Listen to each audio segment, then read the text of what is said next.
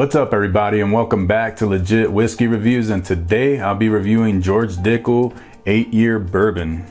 All right, so that's right, bourbon. I believe this is like one of the first products in the George Dickel line that says bourbon on the label and not a Tennessee whiskey. So I thought that was pretty interesting. This bottle here, I believe this came out like 2 to 3 years ago. I think it was maybe 2021 when this came out. And so this one comes in at 90 proof, so 45% ABV, and it comes in right at $30. That's what I paid for it. It's available everywhere, and I know it's a Dickel product, so this is gonna be a little, you know, people might not tune in for this one just because a lot of people get turned off by George Dickel. But as far as me, I don't mind it. You know, a lot of people get turned off by that mineral note or Flintstone vitamin note that's in their whiskeys. But I mean, I can appreciate their whiskeys, most of them. And I don't know, I've always been I wouldn't say a fan, but I don't hate it or I don't dislike it as much as other people do. And there's certain ones that I do like, so. All right, so like I said, this one comes in at 90 proof, so 45% ABV, not too high of a proof, and it's only $30, so that's the good part. But yeah, let's get into this one. All right, on nose.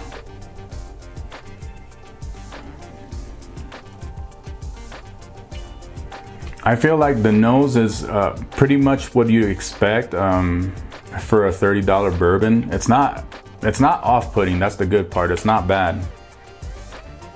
I feel like the notes are pretty light, but they're there. I'm getting a ton of honey. Maybe like a little apple note.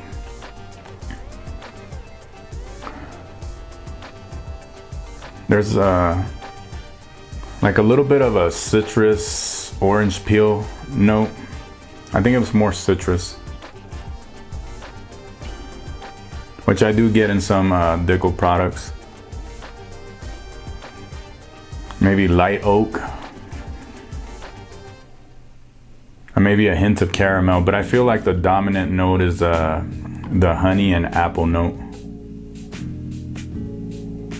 Yeah, but as far as the nose, like I said, it's not like overwhelming. It's not, there's nothing off-putting about it. It's just pretty light overall. But the good part of the nose for maybe you non-Dickel fans, that mineral note is not coming through on, at least not on the nose. So I feel like if you're not into that or get turned off by that, that's a plus as far as the nose on this one. But let's go where it counts, the palate.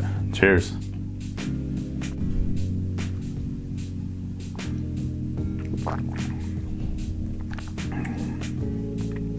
I feel like the nose translated to the palate. I feel like as far as the palate though, you do get a little bit more. I got the honey, the apple, a little bit of the oak, but I also get a pretty decent amount of spice, which I enjoy. There's a good amount of sweetness here. There's nothing off-putting about it. Like I said, it's not like alcohol forward. It's not high on the ethanol or anything like that. This is only 90 proof, so the finish is decent. I would say is a medium short, probably, and more towards the short side. But there's nothing bad about it. There's nothing that you know that I would say, oh, I can't drink this. This is pretty enjoyable, but especially because I'm not always into like the barrel proof stuff. I don't always gravitate towards those because, you know, that blows out your palate, and sometimes I just feel like something lighter where I just want to chill and enjoy something, you know, not overly complex and not something super high proof. So I feel like as far as that part of it, I feel like this is a good bottle for that. But let me try it again. Oh, and as far as I didn't get any of that Flintstone vitamin mineral note on the palate, which I do get in a lot of their other products. So there you go again. That's a plus as far as the palate as well, if you're not into that. But let me try it again.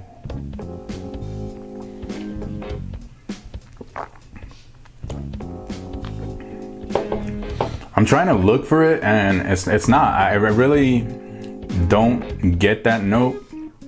It's staying pretty consistent. It didn't drop off from the first sip, and that was my first sip of the day. I feel like it stayed pretty consistent. At least what you get is staying consistent. It's not like dropping off and you hardly get any flavors. But it's still on the lighter side, especially if you're used to a higher proof content. But I feel like on the second time I went to the nose, I got more of the mineral note. But on the palate, I'm still not getting too much of it. I mean, because in a lot of other Dickel products, you get a lot of it, and I'm not getting it on the nose. Or like I said, I got it a little bit the second time on the nose, but on the palate, I'm not really getting it, and I'm looking for it, and I'm not getting it. So yeah, I mean, this is pretty enjoyable if you just want something light where you don't have to think about anything. But let me try it one last time here. Yeah, the more I let it sit in the glass, that I would say that mineral note is coming forward a little more on the nose, but let's see on the palate.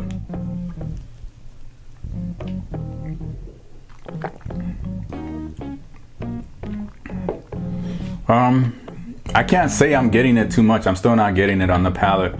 I did get a little bit more oak on the palate this time, and it leans a little bit towards more the tannic, a little bit bitter, but not overly bitter to where it's like not good. But you do get a little bit of that tannic oak on the mid palate to finish. There's still enough sweetness there. I think my favorite part would be probably the finish, where that spice lingers around. It's not really towards the hug, it's more towards the back part of the palate where it lingers, which is nice. But overall, I think for 30 bucks, this is decent. It's not great. It's not overly complex, of course, but what's here is pretty good. Now, I wish I just ran out of my other Dickel. I think I had either the Dickel Bottled and Bond 13 year or the 11 year, but I ran out of it. That one, I can't remember what the price is that I paid on that one. I think it's maybe $40 to $45. So when it comes, if you're comparing as far as that, and it's a bottled and bond, so it's 100 proof.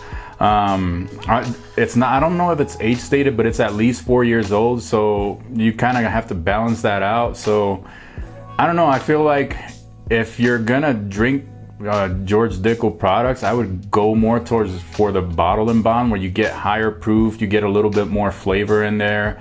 And overall, it's just a better nose and palate because you do get more. Now, some of those do, that mineral note does come forward more in the bottled and bond, and I didn't hardly get it in this one, but it just depends what you like, or most people, you know, they don't like it. So it just really depends. But overall, I feel for what's here, 30 bucks, I feel like it's decent. It's not great, but it's not bad either at 30 bucks.